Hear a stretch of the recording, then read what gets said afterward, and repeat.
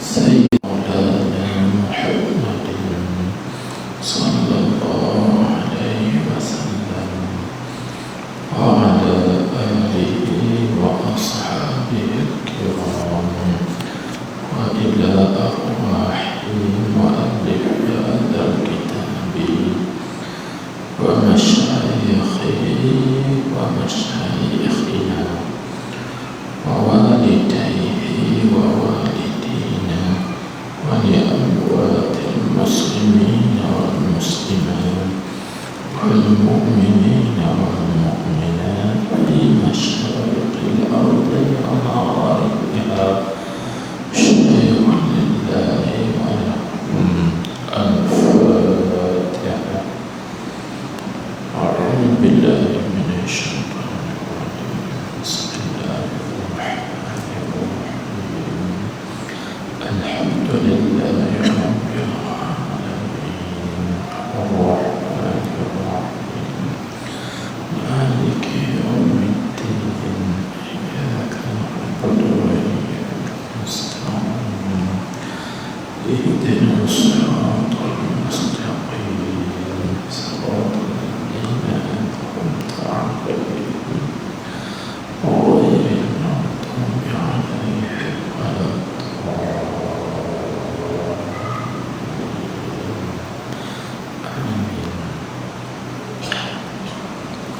بسم الله الرحمن الرحيم. الحمد لله رب العالمين والصلاة والسلام على أشرف الأنبياء والمرسلين سيدنا ومولانا محمد المبعوث رحمة للعالمين وعلى آله وأصحابه أجمعين. اللهم صل على سيدنا محمد الفاتح لما أغلق والخاتم لما سبق ناصر الحق بالحق والهادي إلى صراطك المستقيم وعلى آله حق قدره ومقداره العظيم. صلاة تفتح لنا بها أبواب الرضا والتيسير وتغلق بها عنا أبواب الشر والتعسير وتكون لنا بها وليا ونصيرا. أنت ولينا ومولانا فنعم المولى ونعم النصير. اللهم افتح لنا أبواب فضلك وانشر علينا خزائن رحمتك برحمتك يا أرحم الراحمين وبجاه سيد الأولين والآخرين. أما بعد، فقال المصنف رحمه الله تعالى ونفعنا بعلومه وبركاته في الدارين آمين يا رب العالمين. kata musannif rahimahullah ta'ala,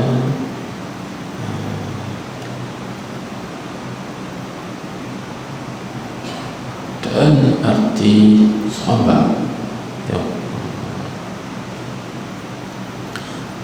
Muka surat 69 habis.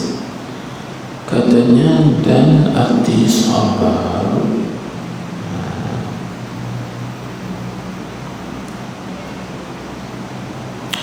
menahan hatinya daripada masyaqqah ibadah kepada Allah Ta'ala dan menjauhkan barang yang ditegakkan oleh Allah Ta'ala. Baik, Alhamdulillah, puji syukur kita kehadrat Allah limpah kurnianya, curah rahmatnya ke atas kita. Tuhan bagi kelapangan masa mendapat kesempatan untuk hadir di dalam majlis ilmu pada malam ini. Baik, jadi sambung kembali kita syarah Jawharah Tauhid kitab Jawi, tapi ini bahagian tasawuf di belakang tu. Jadi kita dah bincang dulu, iaitu mana sifat-sifat yang terpuji, sifat-sifat yang mahmudah, maka disebut di sini 29 kan. Zuhud, qana'ah, sabar, tawakkal, ridha, syukur, ikhlas, dan khauf, dan juga raja. Jadi yang pertama tadi zuhud kita dah bincang apa takrifnya. Qana'ah pun kita dah bincang juga apa definisinya. Maka pada malam ini nak tengok pula apa takrif sabar. Jadi katanya dan arti sabar itu menahan hati. Kalau itu artinya sabar ni sifat hati, bukan sabar tu di lidah. Sabar dan tapi hati, tahan hati, menahan hati, disebut itu kan. Yang kata sabar itu ialah menahan hatinya seorang, tahan daripada masyaqqah ibadat kepada Allah Ta'ala. Masyaqqah itu maksudnya kepayahan, kesulitan, kesukaran. Boleh nanti ini nak ibadat kepada Allah Subhanahu Wa Ta'ala ini sukar, payah, sulit, susah. Pasal apa? Pasal ibadat itu perkara yang tidak diingini atau yang dibenci oleh nafsu. Nafsu tak suka buat ibadat, maka kita buat ibadat juga jadi sulit dan payah nak buat ibadat. Maka tahan hati kita daripada kesulitan atau kepayahan buat ibadat kepada Allah Ta'ala itulah sabar. Ikut kata ni. Baik. Dan nak tengok lagi, katanya dan menjauh barang yang ditegakkan oleh Allah Ta'ala. Itu makna sabar. Pada gitu di sini kita dapat faham dua perkara pula. Pertama, sabar itu sabar pada mengerjakan taat, sabar juga. Lepas tu yang kedua lagi, sabar hati kita juga pada meninggalkan perkara maksiat yang dilarang, ditegak oleh Allah Ta'ala. Itu ada dua bahagi. Maka ada lagi ulama tambah pula sabar di atas untuk qadar Allah Ta'ala. Atau ulama membahagikan sabar itu kepada beberapa bahagian. Dalam tiga sabar ni mana pahala yang besar, iaitu pahala sabar meninggalkan segala yang dilarang oleh Allah Ta'ala. Itu yang paling besar sekali daripada sabar mengerja taat. Sebab sabar boleh buat taat itu banyak orang boleh sabar, tapi tak banyak dan tak ramai oleh orang sabar meninggalkan maksiat. Itu tak banyak. Sebab itu sabar itu lebih besar pahala dengan caranya di sisi Allah Subhanahu Wa Ta'ala. Amin. Ini kita baca ringkas saja. Lepas itu pula dan kata setengah ulama yang lain pula, dia kata apa? Sabar itu menahan ia seorang, orang yang sabar telah menahan ia akan hawa nafsunya, tahan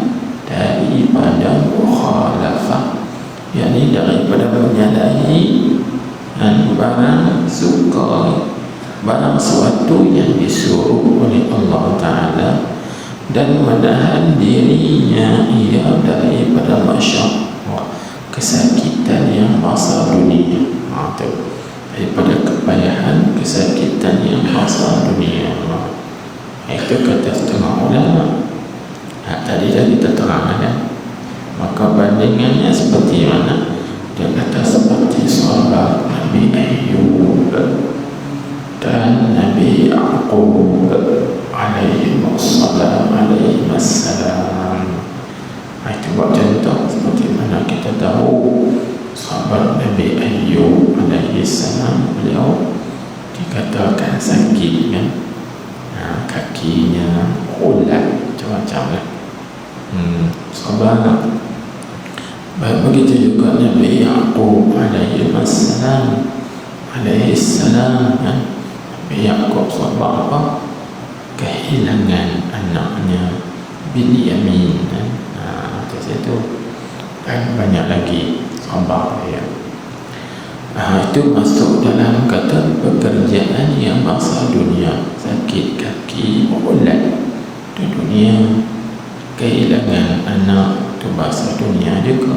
Disebut tadi menahani masyaqqah, kesakitan yang bahasa dunia. Sahabat jangan kita juga ada orang kita sakit apa cik mana ada kesakitan masa dunia. Sahabat apa lagi, ada yang sakit kanser kan. Kanser itu, kanser ini sakit tahan, itu sahabat juga. Itu maksud dipanggil menahan diri daripada masyaqqah, yakni daripada kesulitan kepayahan yang bangsa dunia.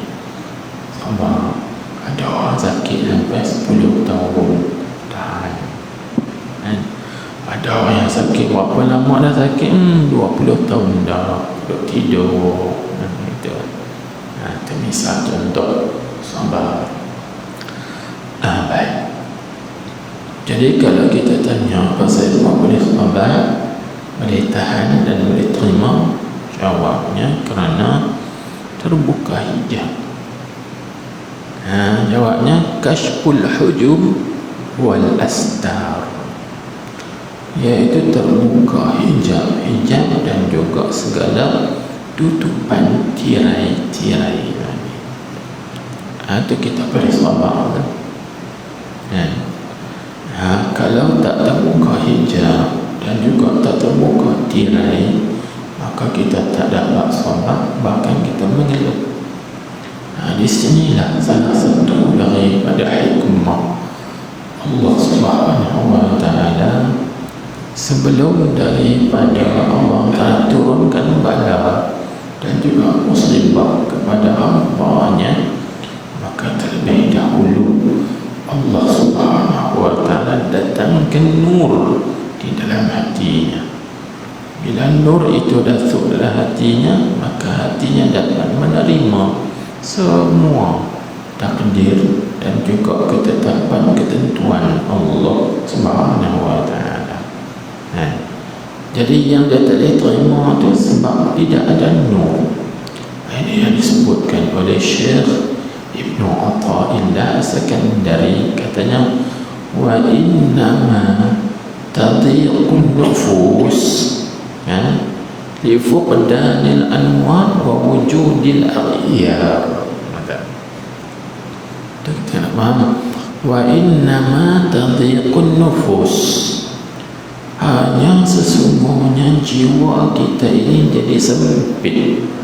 Tadhiqun nufus, jiwa-jiwa kita jadi sempit, gelisah, susah, gundah rendah, tak tenang. Itu bagi dhiqin nufus, jiwa kita jadi sempit, tak ada ketenangan, tak ada apa bagi. Itu bagi dhiqin nufus. Bila kita ditimpa bala, kita ditimpa musibah, kita ditimpa masyaqqah, kesulitan, kesukaran, kepayahan, maka kita jadi kelang kabut, tak tenang. Kerana apa? Kerana li fuqdanil anwar wa wujudil aghyar, kerana luput cahaya. Segala cahaya tak ada dalam diri kita. Yang ada dalam diri kita hanya apa? Ia segala perkara yang lain daripada Allah Subhanahu wa ta'ala.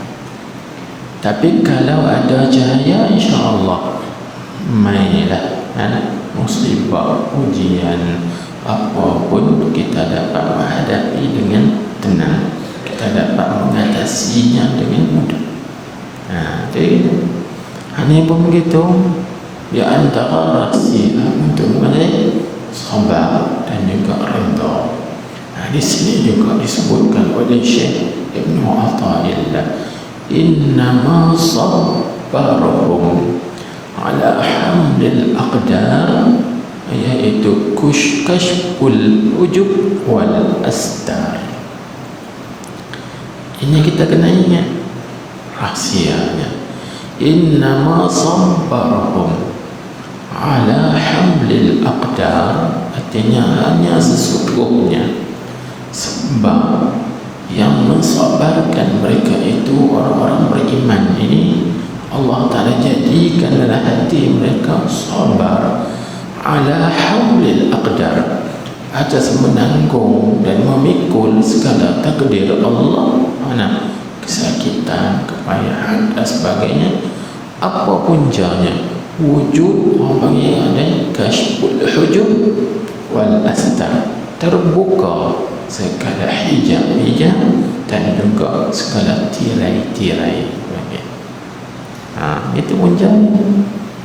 Jadi bila hati kita nampak semuanya datang dari Allah, Allah uji hamba-Nya, adakah sabar atau tidak, maka teringat. Maka di situlah tuan-tuan dan puan hadirin sekalian, dia dapat menahan diri daripada masyaqqah dan kesakitan duniawi, dapat sabar. Ini adalah hadis sahih riwayat Imam Muslim itu, ajaban li amril mu'min, ajib sungguh, heran sungguh kan bagi pekerjaan orang Islam ni. Mana jika ditimpa nikmat, maka dia syukur. Jika ditimpa bala, maka dia sabar. Jadi kalau terima syukur itu baik. Jika ditimpa bala, dia sabar. Sabar itu pun baik juga. Jadi dapat dua-dua kebaikan bagi orang mukmin. Syukur pun kebaikan, sabar pun kebaikan. Ini Nabi sebut ajaban li amril mu'min. In asabathu ni'matun syakara, wa in asabathu ni'matun sabara. Ajib, hebat, sungguh sangat menakjubkan pekerjaan orang mukmin. Kalau dia ditimpa nikmat, maka dia syukur. Kalau dia ditimpa bala atau musibah, maka dia sabar. Maka dua-dua itu baik. Syukur pun baik, sabar pun baik. Jadi dua-dua dapat kebaikan. Begitu. Kemudian katanya lagi, itu kata setengah ulama pada mentafsir, pada menta'arifkan sabar. Baik, kita tengok lagi. Dan kata setengah ulama kata apa? Yaitu sabar itu dia panggil sabar daripada kesakitan daripada umatnya. Kesakitan di sini dengan mana menyakiti umat ke atas seseorang itu, ya sabar.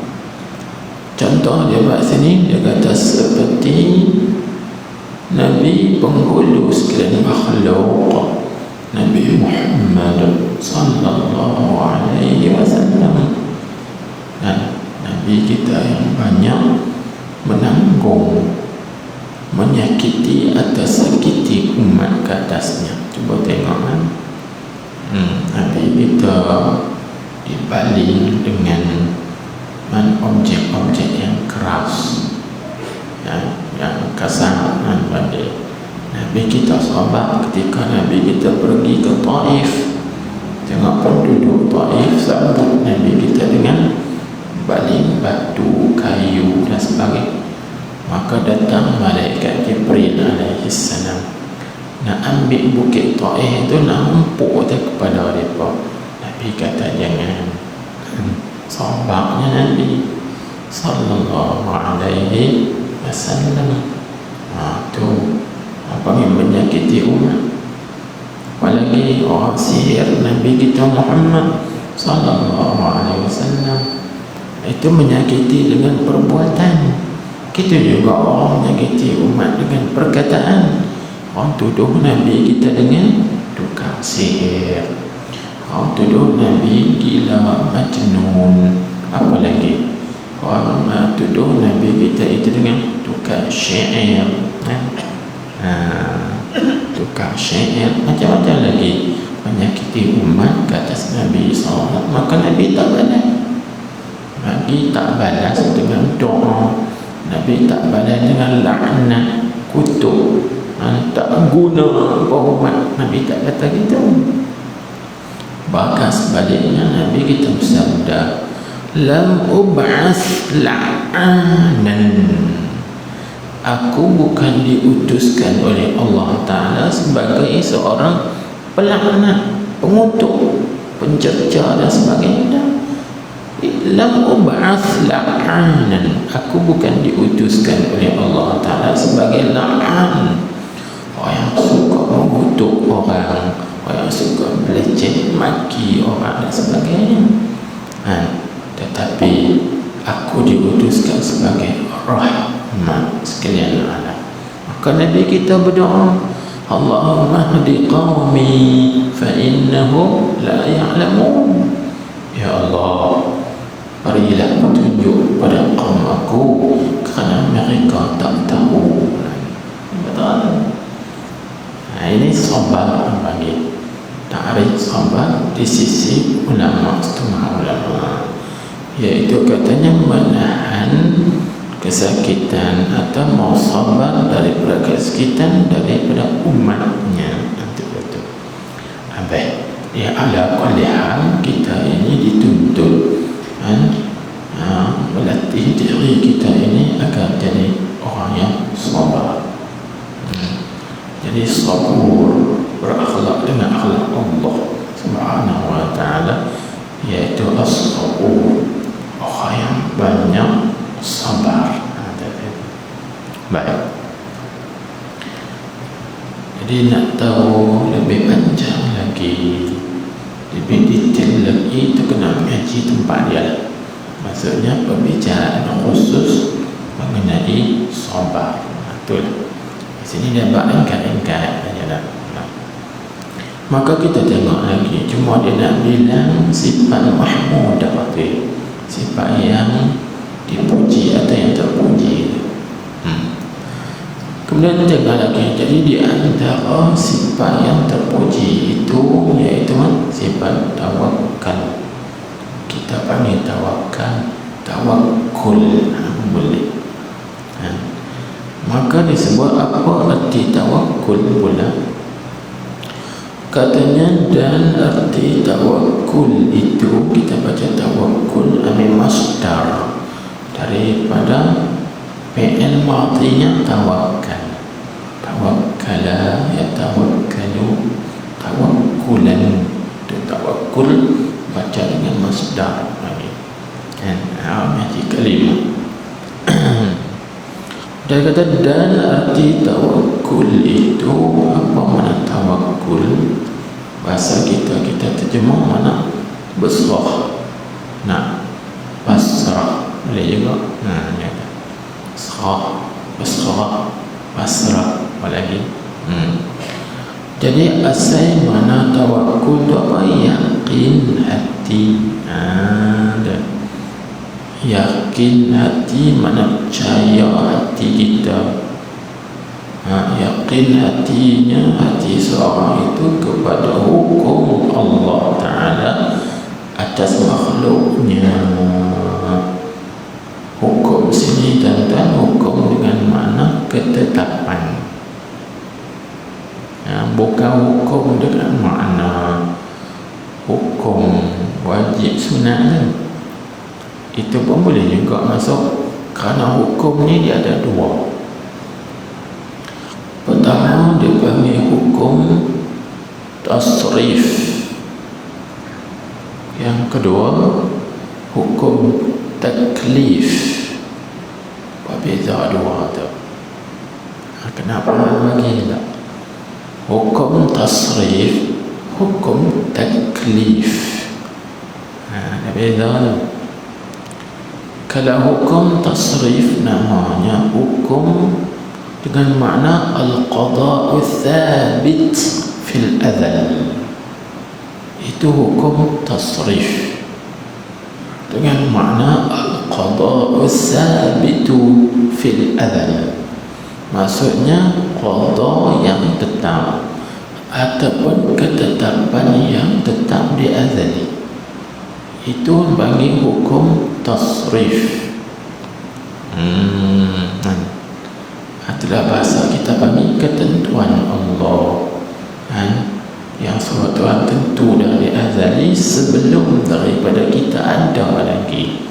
Maka semuanya tiap-tiap seorang ada hukum tasrifnya yang sudah ditentu dan ditetapkan oleh Allah Subhanahu wa ta'ala untuk orang itu. Gitu. Yang kedua dia punya hukum taklif. Hukum taklif ini adalah hukum bebanan. Tuhan bebankan, Tuhan beratkan ke atas kita sekadar kemampuan kita. Iaitu hukum wajib, sunat, haram, makruh dan juga harus, kan? Itu namanya ahkam taklifiyah atau hukum taklifiyah. Jadi di sini hukum dengan makna apa? Dengan makna hukum tasrif. Dia kata apa? Yakin hatinya kepada hukum Allah.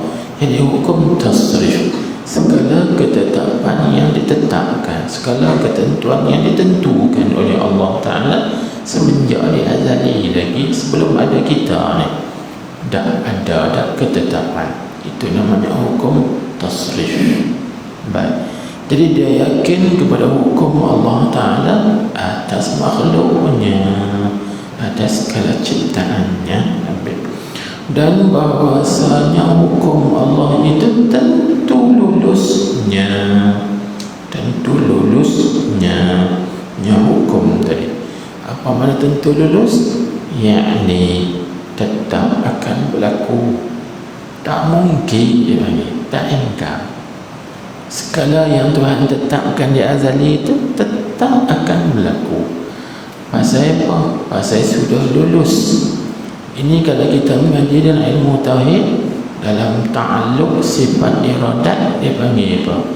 Ta'alluq tanjizi qadim. Tanjizi qadim itu maksudnya dah lulus dah pada masa sedia kada, cuma tak berlaku lagi, tapi tetap akan berlaku, dan berlaku tu tak menyalahi bagi seperti mana yang ditetapkan. Ini bahasa tauhid juga dia panggil qawalib atau qalib. Qawalib itu mana? Acuan. Kalau acuan dia itu bentuk rupa ikan mas, maka kita tuang tepung, dia akan keluar bentuk rupa ikan mas juga. Dia tak akan keluar rupa kerang. Kan berhulu tu dia ada rupa kerang, dia ada rupa ikan emas, dia ada rupa udang, kan? Ada udang. Lepas tu juga dia ada rupa telur berhulu, telur mana? Bulan lah. Kan telur dia ada garis-garis. Apa tu ikan apa? Itu banyak qawalib, acuan dia. Maka dia ikut acuan. Kalau acuan tu bentuk macam tu, dia kena ikut acuan. Ini pun gitu. seperti mana yang Allah Ta'ala tentukan di azali begitu, maka tentu akan berlaku begitu. Dipanggil tanfiz, kadang meluluskan dan tanjiz, tanfiz itu makna. Nufuz lagi, nufuz, tanfiz, panggil tanjizi, dah lulus dah pada masa sedia kala. Lepas tu pula dia kata apa? Muhal menyalahinya. Campur sikit. Muhal tu bahasa Arab, menyalahinya tu Melayu. Muhalun, menyalahinya kena terjemah gini, mustahil menyalahinya. Tu bahasa kita panggil tak mungkin, tak berlaku macam tu, tak mungkin dah. Sebab apa? Sebab dia panggil qadha mubram.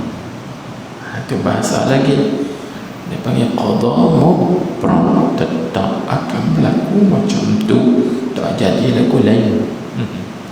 Itu maksud muhal menyalahinya, mustahil menyalahinya, tak menyalahi, tak akan berlaku macam tu ikut acuan dia. Kemudian dia kata apa lagi? Itu satu, serta mengerjakan ia seorang itu akan sabar, yang bahasa syarak. Di sini kita reti lagu anak. Nak reti kata tawakal itu tidak menafikan usaha. Dia panggil at-tawakkal la yunafi al-kasba. Tawakal itu tidak menafikan usaha. Jadi artinya kita kena usaha dulu, lepas tu baru tawakal. Nah, ini kerana apa? Kerana kita ambil daripada hadis qauli dan juga hadis fi'li, perkataan Nabi dan perbuatan Nabi sallallahu alaihi wasallam. Lagu mana hadis qauli? Hadis qauli, perkataan Nabi, yakni sabdaan Nabi sallallahu alaihi wasallam, ambil daripada cerita seorang sahabat, orang Badui. Dia datang bawa unta. Dia datang bawa seekor unta di hadapan Nabi sallallahu alaihi wasallam. Unta tu jinak sangat-sangat, bukan tak jinak, jinak sungguh-sungguh. Tapi Badui ini tanya dekat Nabi, ya Rasulullah, saya nak tambat unta ni, kan nak biar gitu ya. Maka Nabi kita bersabda, aqilha thumma tawakkal. Ini sabdaan Nabi sallallahu alaihi wasallam. Aqilha, tambat untamu tu dulu, thumma tawakkal, kemudian baru serah. Di sinilah ulama ambil dalil kata apa? Dalil kata dengan tawakal tidak menafikan usaha. Kita sakit, usaha berubat dulu, lepas tu kita tawakal. Nak lega tak lega, itu kerja kita. Dan bukan kerja ubat, bukan kerja doktor juga, kerja Allah Subhanahu wa ta'ala. Yang perlu kita berubat. Sakit berubat, sakit berubat. Maka dengan ubat tadi, dengan tawakal tadi, kita tidak menafikan, tidak menidakkan usaha dulu. Itu satu hadis. Dan yang kedua, peristiwa yang berlaku ke atas Nabi kita Muhammad sallallahu alaihi wasallam, iaitu peristiwa Isra Mi'raj. Dalam makna kita ni, Jamadil awal tu dan akhir Arjam, 2 bulan ni masuk Jamadil awal kan. Makanya berapa? 9 ke 8? 7? 10 Jamadil awal. Tak lambat Jamadil awal, Jamadil akhir Arjam. So bulan Arjam tu bulan Mi'raj kan. Isra Mi'raj. Baik. Jadi dalam peristiwa Isra Mi'raj, Nabi kita Muhammad sallallahu alaihi wasallam menunggang burak daripada Masjidil Haram sampai ke Masjidil Aqsa kan. Bila sampai Masjidil Aqsa, Nabi kita turun daripada Buraq, supaya Nabi kita diarahkan supaya tambat Buraq itu. Tambat tu usaha, patut serah kat Tuhan. Itu mengajar umat bahawa dengan tawakal tidak menafikan usaha, tambat dulu. Walhal kalau kita fikir sekiranya akan Buraq tu nak lari mana, jinak sangat dengan Nabi SAW. Kalau kita dia lari pun malaikat lingkan sana. Malaikat Jibril lagi laju, walaupun Buraq tu laju. Buraq ni kalau kita panggil Buraq itu daripada perkataan barqun. Barqun ni makna kilat. Al-barq makna kilat, kilat yang menyambar. Al-barqil khatif, kilat yang menyambar, lajunya, sehingga disebut dalam kitab bahawa sekali dia langkah, maka langkahnya itu panggil maddul basar. Maddul basar ni terjemahnya saujana mata memandang, sekali syuk sampai itu maddul basar, panjang pandangan. Bahasa kita panggil saujana mata memandang, syuk. Tapi basar tu bukan basar kita, disebut basarihi, maddu basarihi. Hi tu rujuk pada Buraq, makna saujana mata memandang Buraq tu. Sekali dia pandang, tempat dia pandang jauh, sekali hitam tu dia lompat syuk sampai situ. Kita ni pandangan kita takkan ni lah, lebih lagi pula pandang mata kelabu dah. Tengok kita pun kelabu, takkan Buraq nak lompat terang kita dia. Maddu basarihi, basarul basar, basarul Buraq, panjang sekali lompat syuk syuk syuk sampai. Mana lajunya seperti kilat syuk, tapi malaikat Jibril lagi laju syuk. Bukti kata laju disebut dalam hadis. Bila seorang hamba itu berada dalam kesulitan, kita berdoa dengan Ya Arhamar Rahimin, Ya Arhamar Rahimin, Ya Arhamar Rahimin. 3 kali alamat sampai terus. Sedangkan malaikat Jibril pada masa itu sekali pertama kita sebut Ya Arhamar Rahimin, dia daripada langit ke-7 sampai ke langit dunia. Sanya syuk, laju. Sedangkan kata Ibnu Abbas, langit pertama dengan langit kedua itu perjalanannya 500 tahun perjalanan. Bayangkan sampai langit ke-7 berapa ribu tahun. Dia sekali Ya Arhamar Rahimin syuk sampai. Laju, lebih laju Buraq lagi. Jadi kita fikir segi logik, artinya Buraq ni tak boleh lari. Kalau lari malaikat jadi ligat saya. Tapi pasal apa disuruh tambat? Ini hikmahnya. Kerana Rasulullah SAW nak mengajar kita umat supaya kita tidak meninggalkan usaha. Lepas tu baru kita tawakal. Itu baik, tawakal.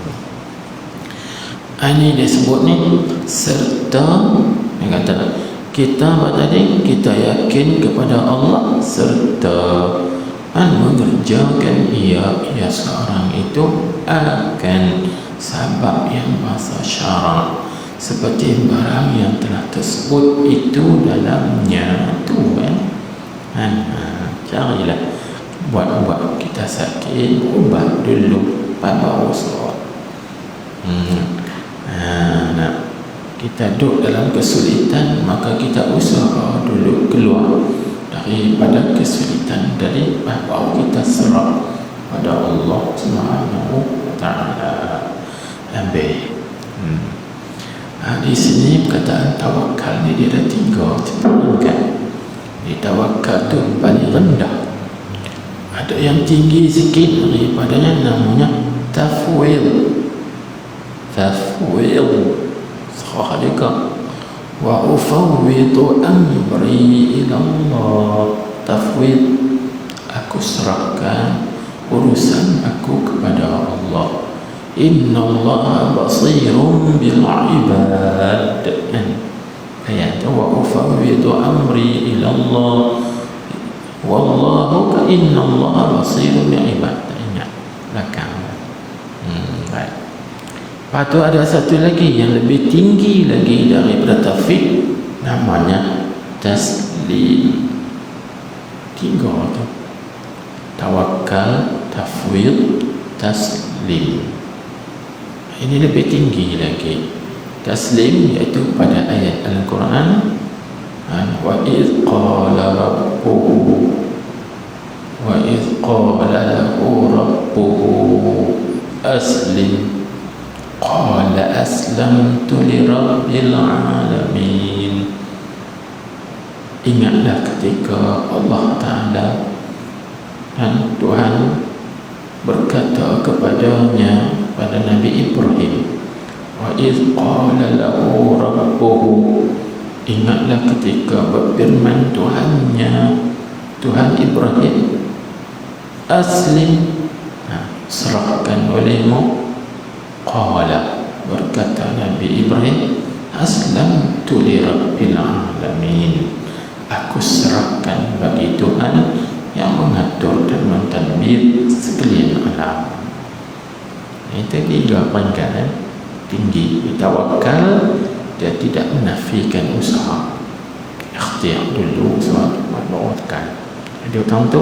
Adapun tafwid, tafwid ni serah juga, tapi serah dengan tidak dimulai dengan usaha.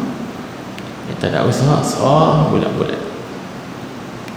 Adapun taslim, ni daripada awal lagi, serah siap.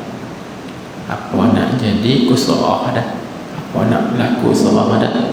Aku tak mau kata apa dah. Serah. Itu taslim namanya. Baik, tinggi sikit-sikit, lari sikit-sikit. Siapa orang kali kalimah tauhid, tajrid, tafrid. Tauhid itu rendah sikit, atas pada tauhid itu tinggi, namanya tajrid. Atas lagi pada tajrid, tafrid. Ada tahap-tahap dia, itu kelas-kelasan dia tu. Umpama tawakal, tafwid, taslim, itu tahap dia. Lepas ada tauhid, tajrid, tafrid. Ini tinggi sekali martabat keyakinan terhadap Allah Subhanahu wa ta'ala. Baik. Kemudian katanya dan arti syukur, dan arti redha. Ada tahlil kan? Kena berhenti dah lah. Kalau lanjut saya lewat pula lah. Ada tahlil seperti dulu. Tahu dan arti redha. Subhanakallahumma wa bihamdik, asyhadu an la ilaha illa anta, astaghfiruka wa atubu ilaik. Amiltu su'an wa zalamtu nafsi faghfir li fa innahu la yaghfiru dhunuba illa anta. Allahumma salli ala sayyidina Muhammadin النبي الأمي الحبيب المحبوب العالي القدر العظيم الجاه وعلى آله وصحبه وسلم. بسم الله الرحمن الرحيم. الحمد لله رب العالمين وصلى الله وسلم عليه. اللهم افتح علينا حكمتك وانشر علينا رحمتك يا أرحم الراحمين. اللهم اهدنا وسددنا. اللهم إنا نستودعك ما علمتنا فارده إلينا عند حاجتنا إليه ولا تنسناه برحمتك يا أرحم الراحمين. اللهم اجعل جمعنا هذا جمعا مرحوما مشكورا وتفرقنا من بعده تفرقا معصوما مغفورا. ربنا آتنا حسنة وفي الآخرة حسنة وقنا عذاب النار وصلى الله وسلم عليه والحمد لله رب